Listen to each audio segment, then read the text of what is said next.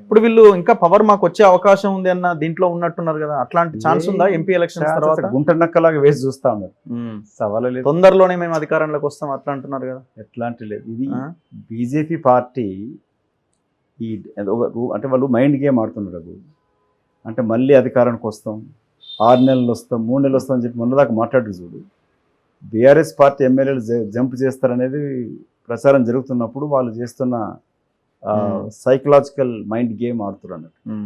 So ఎమ్మెల్యేలు పోకుండా ఉండడానికి కొరకు మళ్ళీ వస్తామని అధికారం వచ్చి చూపించే ప్రయత్నం చేస్తా ఉన్నారు. అట్లాంటిది ఏం జరగదు. సో బీజేపీ హరీష్ ఫ్యాక్టర్ ఉండొచ్చు. ఎవరు? హరీష్ రావు ఫ్యాక్టర్. హరీష్ రావు అనేవాడు వాళ్ళ మామ బతుకున్నంత కాలం వాళ్ళ మామ ముఖం పైన ఉమ్మేస్తే ఒకటి తూడ్చుకొని థ్యాంక్ యూ మామ అని పోతాడు తప్ప అతనేమి చంద్రబాబు లాగా వెన్నుపోటు పడిచి బయటకు వచ్చేం చేయడు. మామను దోసేసేం రాడు. బాబామాడుదులు ఒకటే, ఆ కుటుంబం అంతా ఒకటే ఉంటుంది. ఆ కులస్తే వేరే వాళ్ళని కూడా దగ్గర రానియరు. అట్లాంటి అపోహలు ఏం పెట్టుకోకండి. హరీష్ రావు హస్తం దోపిడిలో బాగా సౌమ్యం ఉన్నది, ఫుల్ ఉన్నది, దాంట్లో ఎలాంటి మార్పు లేదు. అతని దగ్గర కూడా బయటికి ఏదో చెప్పలేసి లబ్బరేసి తిరుగుతూ ఉంటాడు. కానీ ఇక్కడికి వచ్చినాయి 100,000 కోట్లు ఎట్లా వచ్చినాయి వాళ్ళకి. సో ఇవన్నీ చూస్తుంటే బాధేస్తుంది. వాళ్ళ ఆ కల్వకుంట్ల కుటుంబం అతనికి 100 మాగులను దోచుకున్న దాన్ని తెలంగాణ పంచిపెడితే Telangana will be number 1 state in the country. కానీ మీరు కూడా అంత డీప్ ఇన్వెస్టిగేషన్ చేసి విచారించడానికి అవకాశాలు ఉన్నాయంటారా?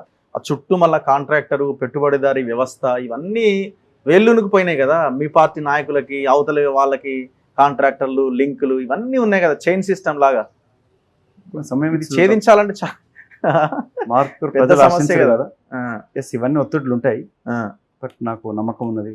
ఓకే, ప్రజల ప్రభుత్వం ప్రజలు కోరుకున్నట్టుగా పనిచేసే అవకాశం ఉంది.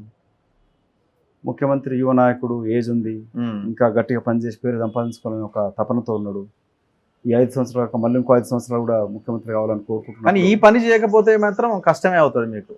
అంటే జనాలు కూడా మీరు ఏదో చెప్పిర్రు, వీళ్ళు అవినీతి అన్నారు, మళ్ళీ వాళ్ళ చేతిలో పెట్టడం అవుతుంది తప్ప. I think so far Revanth Reddy గారు చాలా జాగ్రత్తగా, చాలా ఓపికతో పనిచేస్తూ ఉన్నాడు.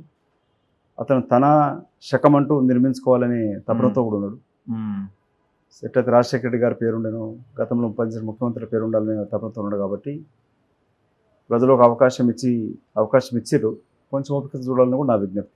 Okay, anyway thank you sir, thank you very much. ఇది మధు యాష్కి గౌడ్ గారితో ఇంటర్వ్యూ. చూస్తూనే ఉండండి మన తొలి వెలుగు.